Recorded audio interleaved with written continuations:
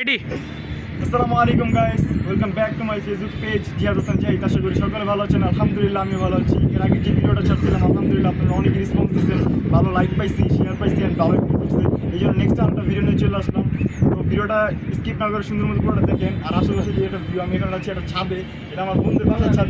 বাসাটা অনেক সুন্দর আর আশেপাশের পরিবেশটা অনেক সুন্দর, যে বাতাস আইতাছে, মানে মনটা ফ্রেশ করে। যাদের মন খারাপ হয়ে যায় বিকালে অবশ্যই তারা বাসার ছাদে আসবে, মন ফ্রেশ হয়ে যাবে। আমি প্রথম ভাবি না যে ছাদে আসলে এত সুন্দর মন ফ্রেশ হয়ে যায়।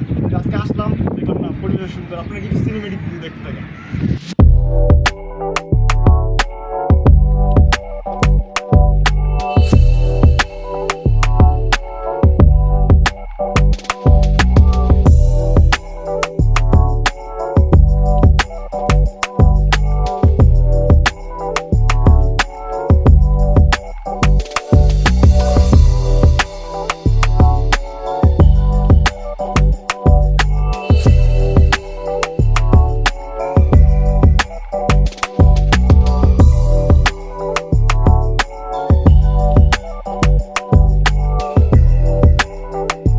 তো গাইস, তখন আপনারা সিনেমেটিক ভিউগুলো এনজয় করলেন। তো আশা করি সিনেমেটিক ভিউগুলো আপনার কাছে অনেক ভালো লাগছে। আর কেমন লাগছে অবশ্যই কমেন্ট বক্সে জানাবেন।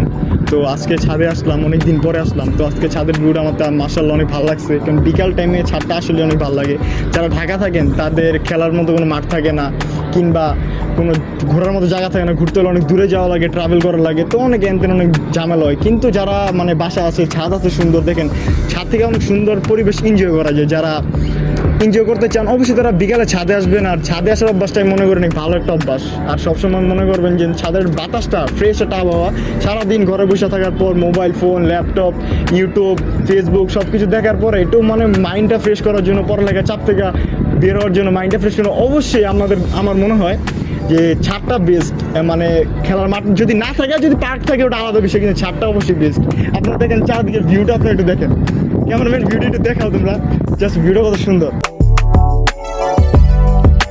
ছিল। এই পর্যন্তই, দেখা হবে নেক্সট ভিডিওতে। এই পর্যন্ত ভালো থাকুন, সুস্থ থাকুন। ধন্যবাদ। তারা অবশ্যই চ্যানেলটিকে ফলো করবেন, সাবস্ক্রাইব করবেন এবং কমেন্ট শেয়ার দিয়ে অবশ্যই পাশে থাকবেন। এবং ভিডিওটা কেমন লাগলো অবশ্যই কমেন্ট বক্সে জানাবেন। আল্লাহ হাফেজ।